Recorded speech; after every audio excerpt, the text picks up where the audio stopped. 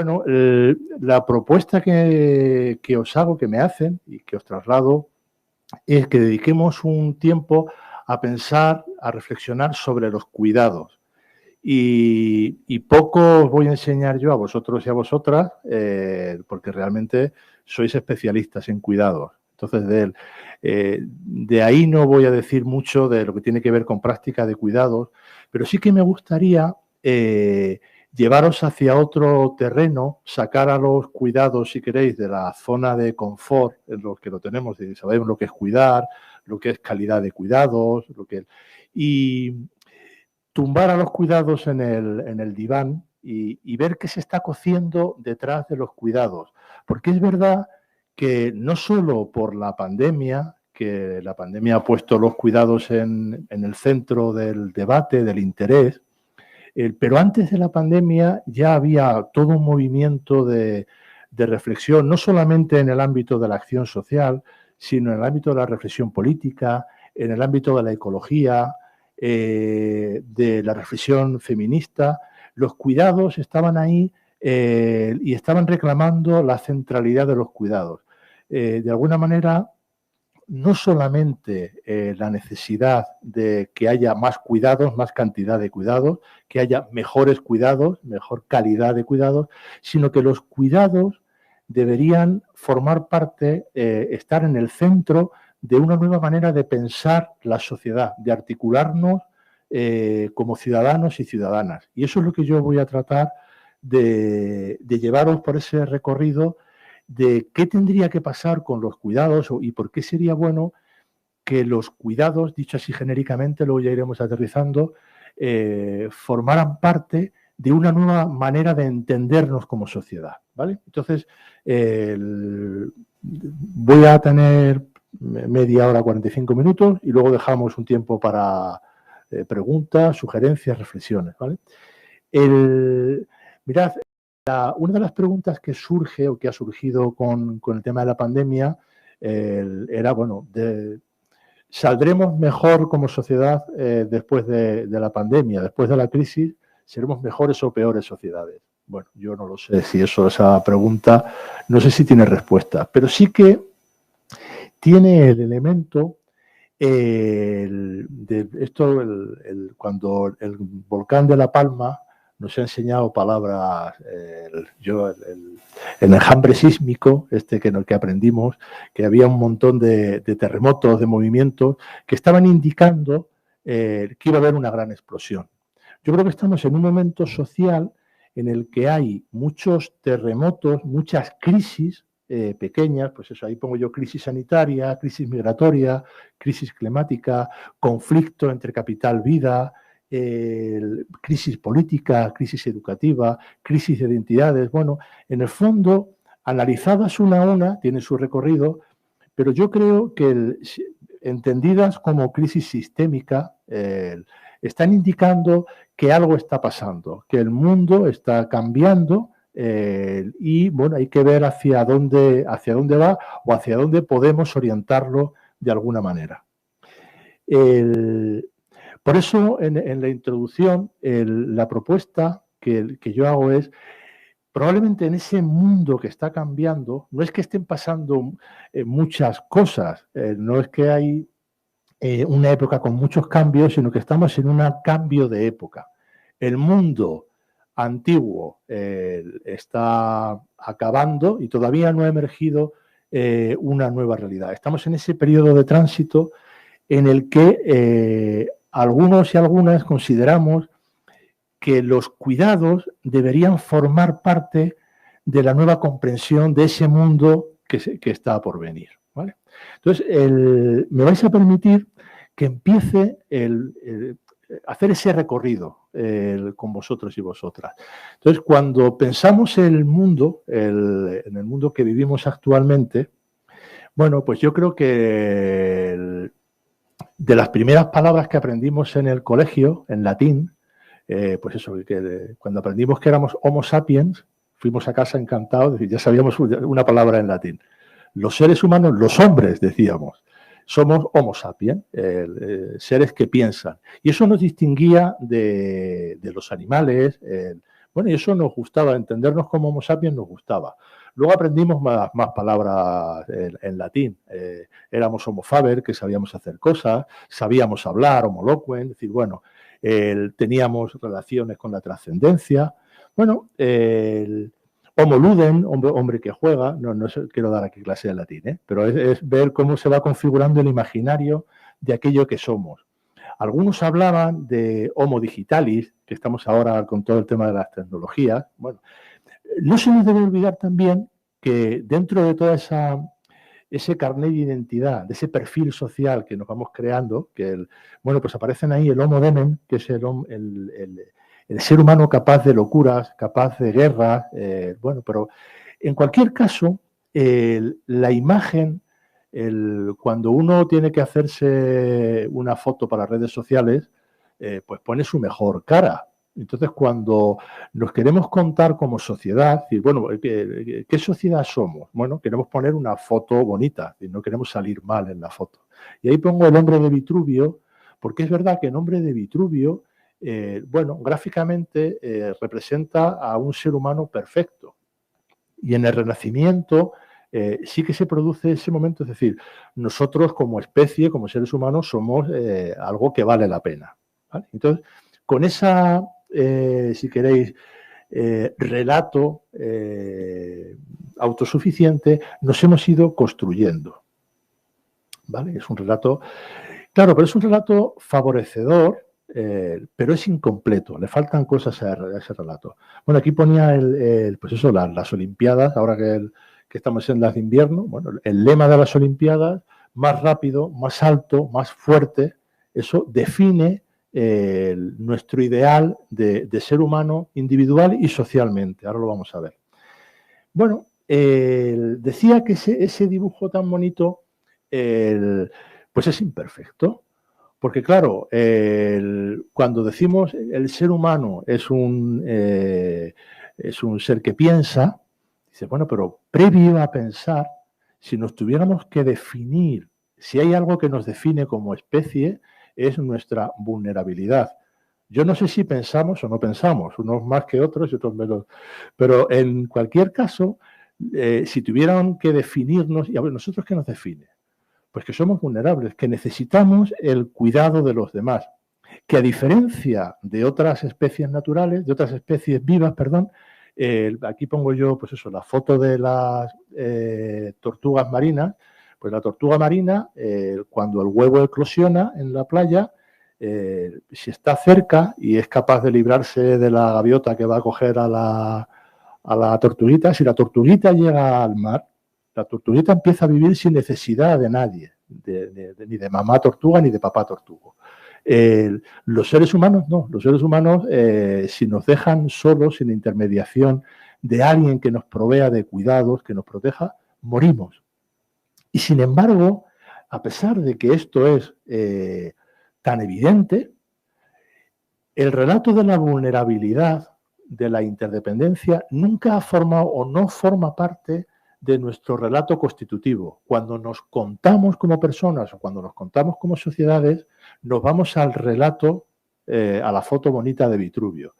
Cuando ponemos un ejemplo de vida lograda, y eso incluso en el mundo académico también pasa, la excelencia humana, pues es alguien que no necesita de los demás, alguien que es independiente. Madurar se va a entender también en términos de autosuficiencia.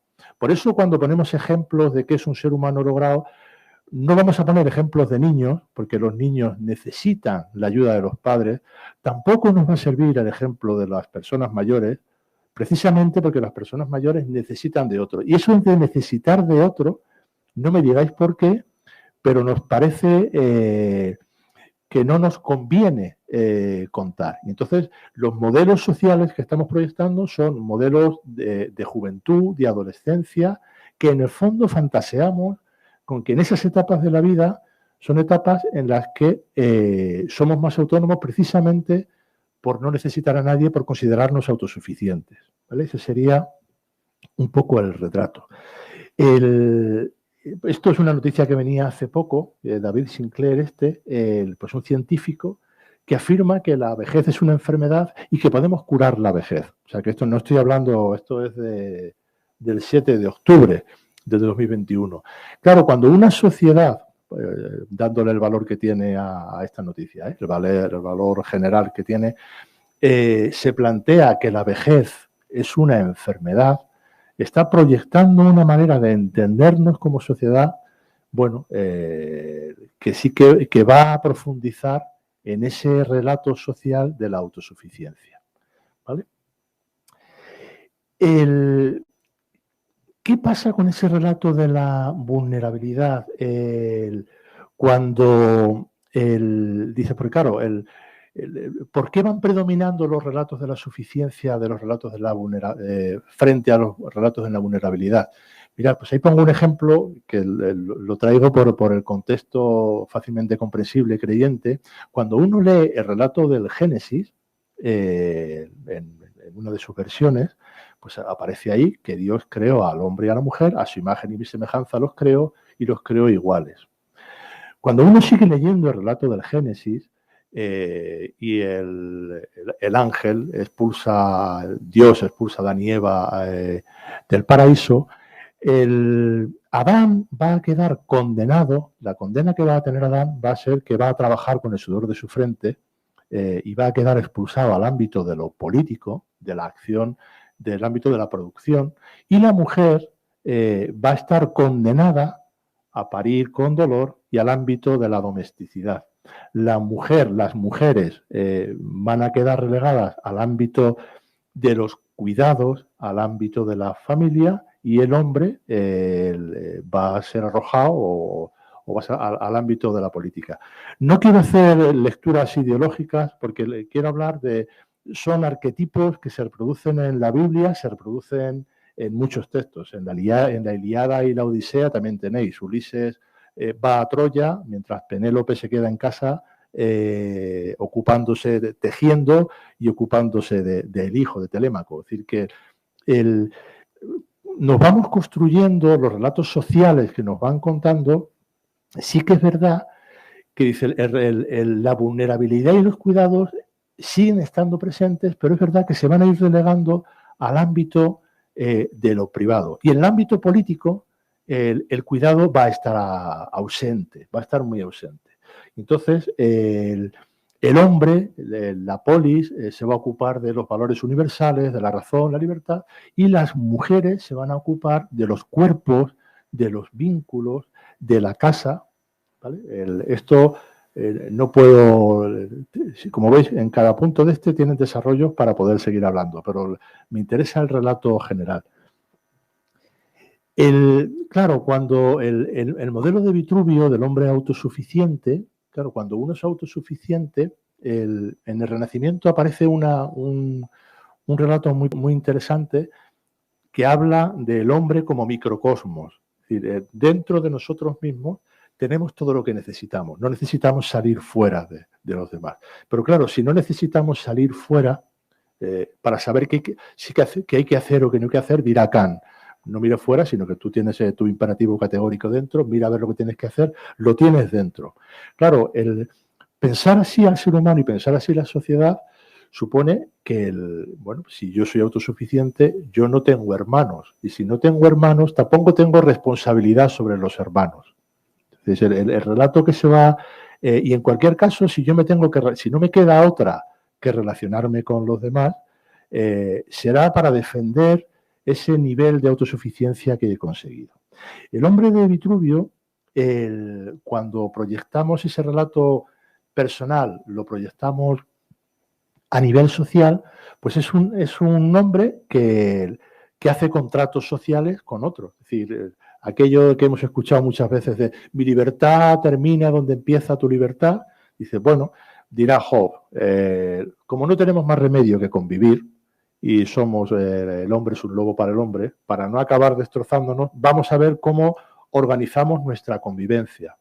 Pero en el fondo la estamos construyendo desde contratos defensivos, no desde contratos interdependientes, no desde el cuidado, sino de cada uno defender ese espacio de autonomía que tiene, ¿vale? Entonces aquí he puesto, pues eso, Job, el contrato social de Rousseau, el de Locke, los mitos, me interesa mucho que nos han ido contando personalmente y socialmente, se han ido construyendo en torno a esa autosuficiencia. Y de eso nos queda mucho todavía. ¿Qué ha pasado a la altura del siglo XXI? Y por eso yo decía que la pandemia lo que ha hecho ha sido acentuar ese conflicto. Pues el Vitruvio ha saltado por los aires. Vitruvio saltado por los aires.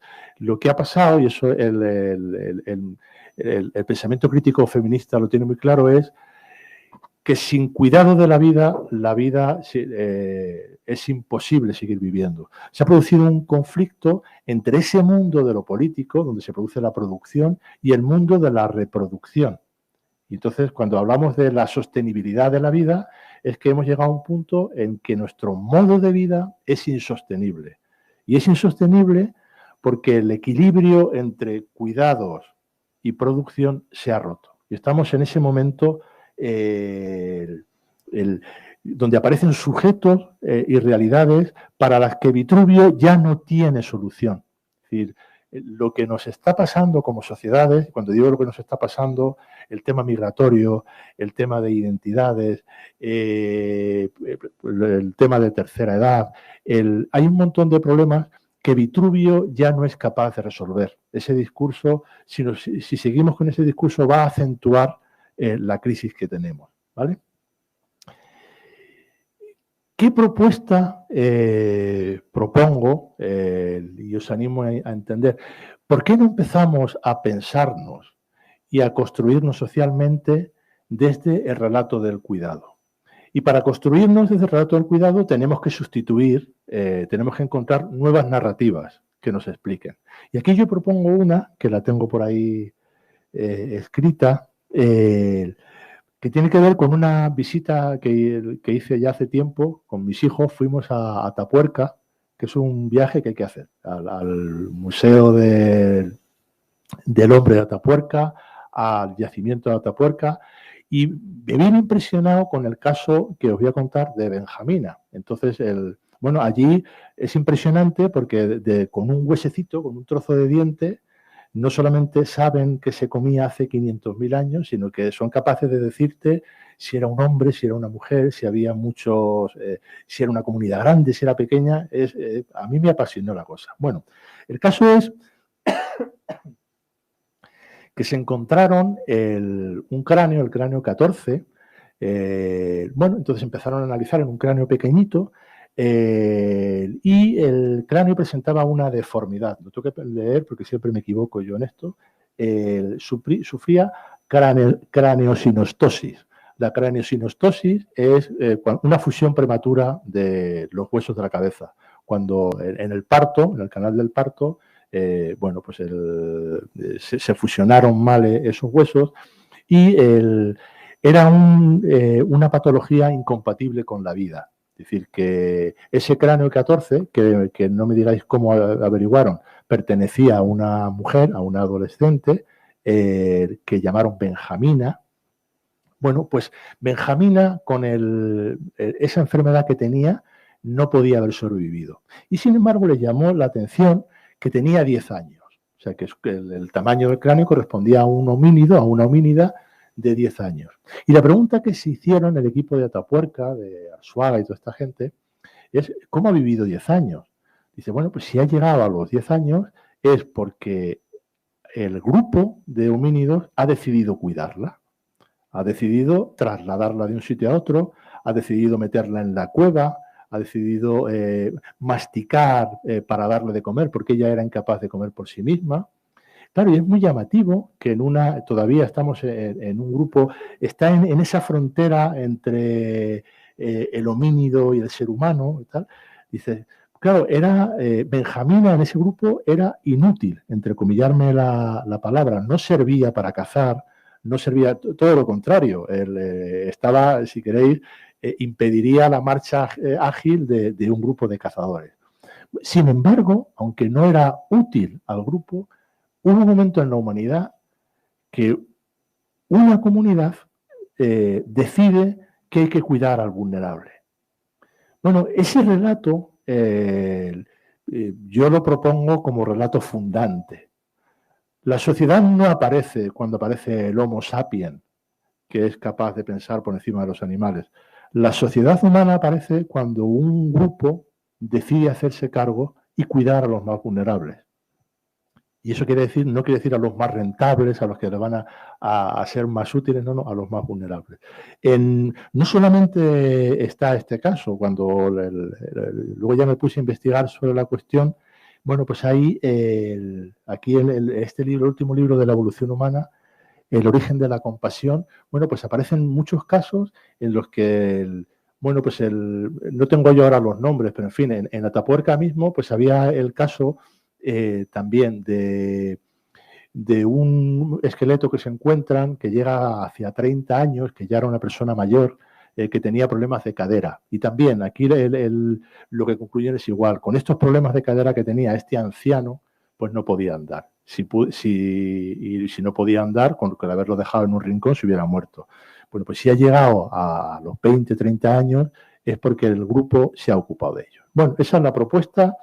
Es, ¿por qué no empezamos a construirnos desde Benjamina y no desde Vitruvio? Pero claro, no es tan sencillo, porque dices, claro, porque no es una cuestión ideológica, es decir, luego vamos a ir a las prácticas que eso lleva. El cambiar del relato de Vitruvio al relato de Benjamina supone que tenemos que trasplantar muchas cosas. Tenemos que trasplantar un modelo antropológico, un modelo relacional y un modelo sociopolítico. Quiere decir, nos tenemos que pensar de otra manera como seres humanos, nos tenemos que pensar de otra manera como sociedad y tendríamos que ser capaces de pensar de otra manera la política. ¿Y eso qué significa? Bueno, pues desde el punto de vista antropológico sería algo tan sencillo o tan evidente de empezar a entendernos como seres vulnerables. Dice Martha Nussbaum, una filósofa norteamericana, que todos nacemos desnudos y pobres. Todos estamos sujetos a enfermedades y sufrimientos. Y por último, todos estamos condenados a morir. Esa realidad, ese barro del que estamos hechos, ¿por qué no forma parte de nuestro carné de identidad como especie? Bueno, pues aquí hay toda una corriente liderada fundamentalmente por mujeres que dicen, no nos olvidemos de nuestra vulnerabilidad. Y no olvidarse de la vulnerabilidad, bueno, aquí lo dice Miguel Hernández mucho más poéticamente. Llegamos al mundo con 3 heridas, la del amor, la de la muerte, la de la vida, la de la vida, la del amor, la de la muerte, y la de la vida, la de la muerte, la del amor. La vulnerabilidad etimológicamente significa la posibilidad de ser heridos. Claro que venimos con la posibilidad de ser heridos, y la herida fundamental es la herida de la muerte. Y eso es para todos. Y además, a diferencia del resto de especies, somos la única especie que somos conscientes de esa herida vital.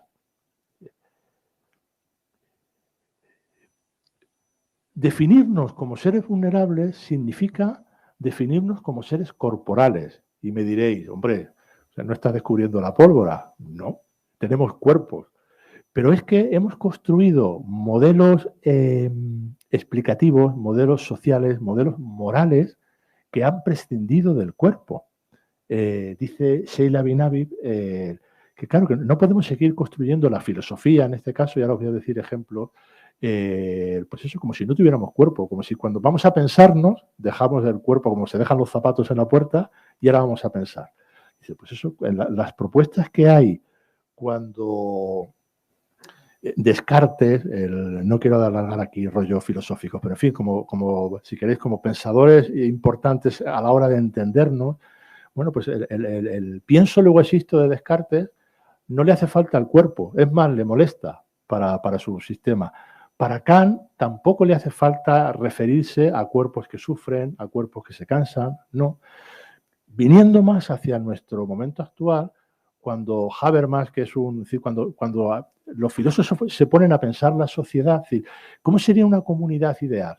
Pues dice Habermas, vamos a imaginarnos una sociedad que es capaz de comunicarse perfectamente. Dice, ya, pero es que esa comunidad no existe. O dice John Rawls, que es otro que piensa, decir, vamos a pensar la idea de justicia.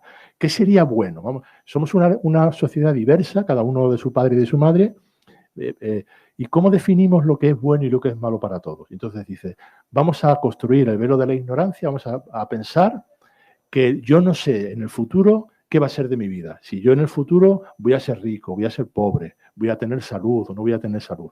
Bueno, vamos a poner en esa situación y ahí vamos a pensar qué sería bueno para la sociedad, ¿vale? Entonces, son modelos explicativos que no necesitan el cuerpo, se construyen de espaldas a ese cuerpo. Y cuando se construyen de espaldas al cuerpo, se construyen de espaldas a la vulnerabilidad. Pues eso es lo que dice Nietzsche, no somos ranas pensantes, no somos animales fríos. Pensamos con la cabeza, pero con las vísceras, con la sangre. Eso forma parte de lo que somos y debería formar parte de lo que queremos construir juntos y juntas. No me detengo más en esto.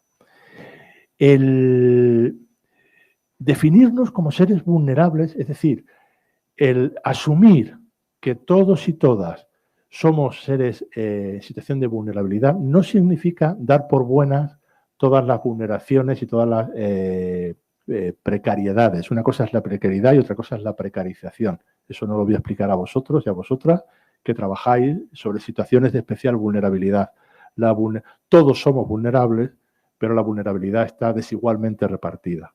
O sea, no estoy haciendo una apología de, bueno, pues eso, los ricos también lloran. Dice, sí, no, lloramos todos, pero unos lloran más que otros. Entonces, y eso conviene decirlo porque hay vulnerabilidades que no se pueden soportar y que hay que remediar. El tema es que cuidado, ahora saldrá, es decir, cuidado que con anular y volvernos a Vitruvio diciendo tú eres vulnerable y yo no soy vulnerable, no.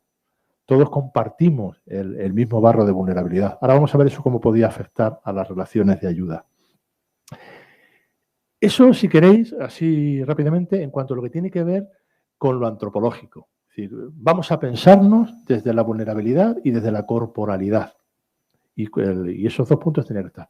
En lo relacional, ¿cómo convendría o cómo sería bueno pensarse? Bueno, pues sería bueno pensarse desde las redes de interdependencia. ¿Eso qué significa? Aquí pongo yo el ejemplo, que siempre digo de broma, que dicen que si uno se levanta muy temprano, tiene el peligro de que las calles no estén puestas. Yo no sé si esa experiencia, como yo nunca me he levantado tan temprano, yo siempre me las encuentro puestas. Y yo me encuentro que si he tirado la basura por la noche, allí la basura no está. Y que los colegios están abiertos, es decir, que yo cuando salgo aquello está bien puesto. Mis hijos ya son mayores, pero en fin, cuando eran más pequeños, se encontraban, cuando se levantaban de la cama, se encontraban una mesa con el desayuno puesto. Y entonces, claro, eso es. Entonces nos vamos encontrando, claro, pero ahí no son los duendes quienes han hecho eso. O sea, quien ha puesto las calles, quien las ha limpiado, quien ha quitado la basura, quien nos ha puesto el desayuno. Hay una red de cuidados que permanece oculta y que una de las virtudes, yo creo, de la pandemia ha sido que hemos sido conscientes de esa red de cuidados que posibilitan la vida, ¿vale? Y aquí pongo yo el ejemplo. Cuando empezó la pandemia, que esto ya va para largo, pensábamos que, bueno, cuando iba a ser corta, pues salíamos a los balcones a aplaudir a las 8 de la tarde. Y al principio aplaudíamos a los sanitarios y a las sanitarias, es decir, aquellos que evidentemente nos estaban cuidando. Entonces a los médicos, a las médicos, pues eso, aplaudíamos porque era evidente que esos cuidaban. Cuando la cosa empezó a alargarse y ya empezábamos a ir al Mercadona y no había ni levadura, ni harina, ni papel higiénico, bueno, pues cuando ya fuimos al Mercadona y ya empezó a haber el papel higiénico y levadura y tal, dijimos, hombre, pues también aquí de alguna manera nos están cuidando. Es decir, pues esto sí es verdad que venimos a comprar, pero forma parte de ese entramado de cuidados que nos posibilitan vivir. O sea, tan sencillamente como esos ejemplos. Y cuando ya se pudo ir a trabajar, el que hubiera una conductora de autobús que nos estuviera esperando allí, también posibilitaba la vida. Y, por ejemplo, al principio, cuando pensábamos que iba a durar poco, pues todo el mundo del entretenimiento, no, hay que hacerse con una suscripción a Netflix porque os vais a aburrir un montón y como hay que entretenerse, vamos a tener que estar en casa y tenemos que entretenernos, pues bueno, vamos a hacer una... Pero claro, cuando pasó el tiempo, empezaron a decir la gente del teatro, oye, que no solo del pan vive el hombre, que como no alimentemos el espíritu, nos vamos a morir. Y nosotros también formamos parte de ese entramado de cuidados. Entonces, de pronto, empezamos a nombrar como relaciones de cuidado, pues relaciones que hasta ahora los profesores también, cuando llevabas a tus hijos y el profesor, la profesora, los cogía, los metía en clase y dices, claro, le están pagando, claro, es una relación laboral, está haciendo, es una cuestión vacacional, claramente, pero estaba cuidando de nuestros hijos. Bueno, digo eso porque tiene que ver con todo esa red de cuidados que sostienen la vida. Y yo creo que el caer en la cuenta que lo que la pandemia ha revelado y que peligrosamente está otra vez, en el momento que a Vitruvio nos va bien, los cuidados desaparecen. Decir, bueno, ya sí, damos por hecho que eso funciona. No deberíamos dar por hecho que esa red es tan sólida y está funcionando bien, ¿vale? Dice Joan Tronto propone, dice, ¿qué es cuidar? Es decir, pues, cuando estoy hablando tanto del cuidado, igual tenía que haber empezado por la definición. Dice, bueno, pues cuidar es todo lo que hacemos para mantener, perpetuar y reparar nuestro mundo, de manera que podamos vivir en este mundo de la mejor manera posible. ¿Vale? Eso sería en una red compleja de sostenimiento de la vida. ¿Vale? Y es importante sostener la vida, porque la crisis de cuidados en la que actualmente nos estamos situando, está entrando cuidado, el tejido social, esa red de cuidados, está amenazada por otra fuerza que tiene que ver con el consumo y la acumulación. Ahora lo vamos a ver. Somos seres interdependientes y somos seres ecodependientes. Y el último paso, he hablado del antropológico, que decía vulnerables con cuerpo, del social, del relacional. Vivimos en redes de cuidado, de interdependencia y de ecodependencia. Y dice, y políticamente el cuidado tiene algo que decir en el ámbito político. Es decir, ciertamente en el ámbito personal, en el ámbito social, claramente. ¿Tendría algo que decir? Bueno, pues algunos ahí decimos que sí, que tendría, no solamente que tiene algo que decir, sino que es imprescindible que diga algo en el terreno político. El nombre es lo de menos, algunos le llamamos la cuidadanía, y tiene que ver, igual que yo os decía antes, que empezamos a descubrir cuidados detrás de las personas, pues eso, detrás de los profesores, detrás de los médicos, detrás de los transportistas, de los reponedores, es decir, estas personas nos cuidan también hay instituciones de cuidado, algunas son muy evidentes, los hospitales son instituciones de cuidado, Cáritas es una institución de cuidados, pero claro, cuando yo decía antes, las escuelas son instituciones de cuidado, se pueden entender y se pueden articular como instituciones de cuidado. Los museos, por eso lo traía antes, pueden ser, los ámbitos culturales también nos están cuidando.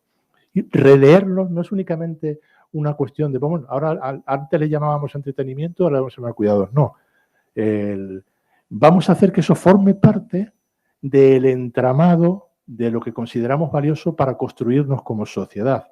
Acordaros que veníamos de una sociedad donde Vitruvio aseguraba sus ámbitos de independencia. Bueno, ¿y por qué no construimos una sociedad donde lo que privilegiemos sean los ámbitos de interdependencia y los ámbitos de cuidado? ¿Vale? Bueno, pues ahí. Y para eso conviene no caer en algunos errores que tiene que ver, algunos dicen, sí, ¿os apuntáis a la sociedad de cuidados? Claramente. Y entonces lo que hay que hacer es trasladar los cuidados que se dan en las familias, pues eso, que eso se traslada a la sociedad. No funciona exactamente así, porque claro, en toda relación de cuidado se da una asimetría. Yo cuido a mis hijos porque tengo una capacidad, unas potencias que le hace falta. Entonces, esa situación de desigualdad que forma parte de los cuidados en las familias y en ámbitos más de tú a tú es perfectamente, iba a decir yo legítima, no, es que se da, es así. Claro, cuando esa situación de desigualdad se lleva directamente, sin ninguna mediación, al mundo de la sociedad, aquí ya empiezan los problemas.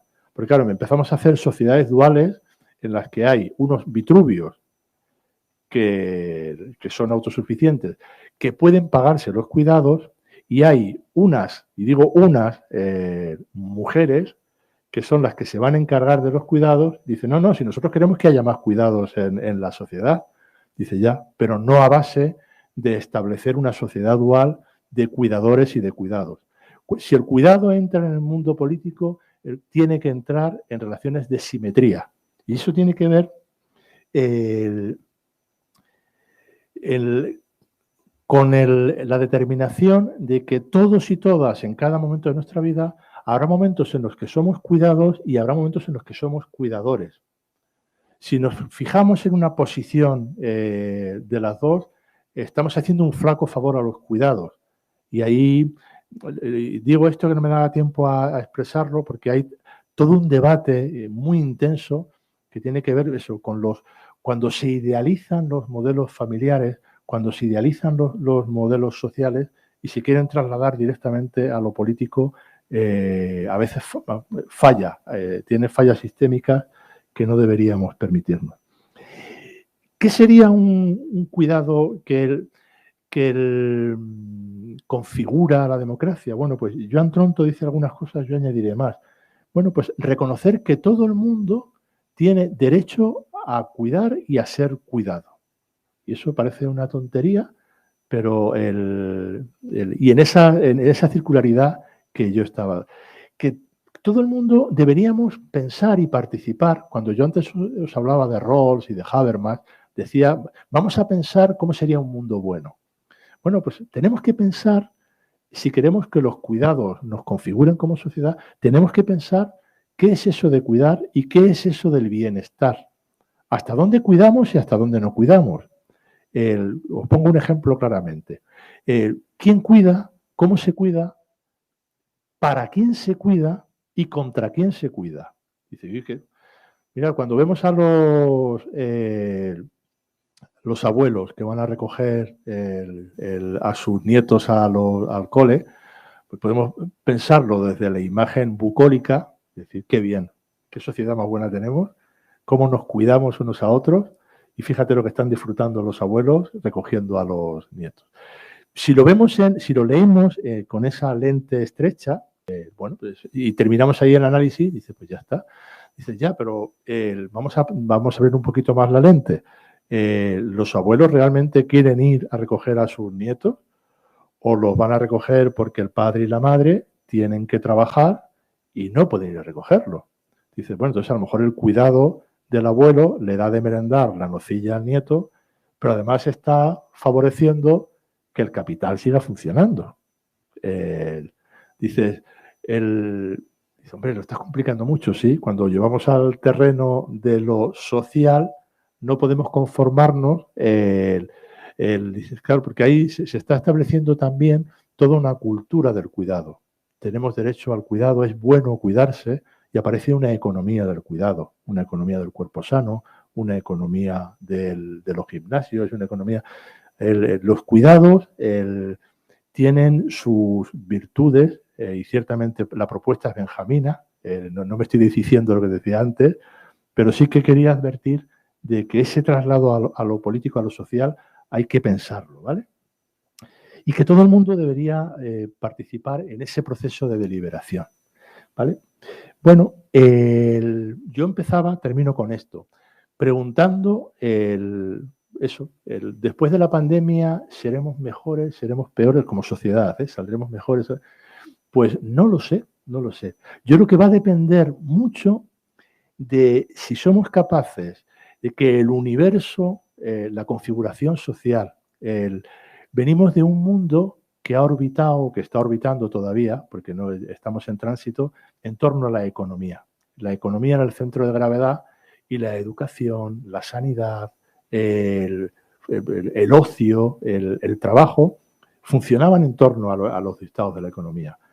Ahora llega un momento en el que dice, oye, que nos hemos puesto malos todos al mismo tiempo, que hemos tomado conciencia de nuestra vulnerabilidad, y entonces hemos empezado a darnos cuenta de, oye, que nuestro sistema de bienestar pues no es tan potente como creíamos, que la sanidad pública no es tan potente como creíamos, que tenemos vacunas, pero tenemos vacunas para los países privilegiados, pero no tenemos vacunas para países que no tienen. Entonces dices, no está construido nuestras relaciones económicas, nuestras relaciones sociales en torno a las redes de cuidados. Entonces, ¿seremos mejores sociedades o no?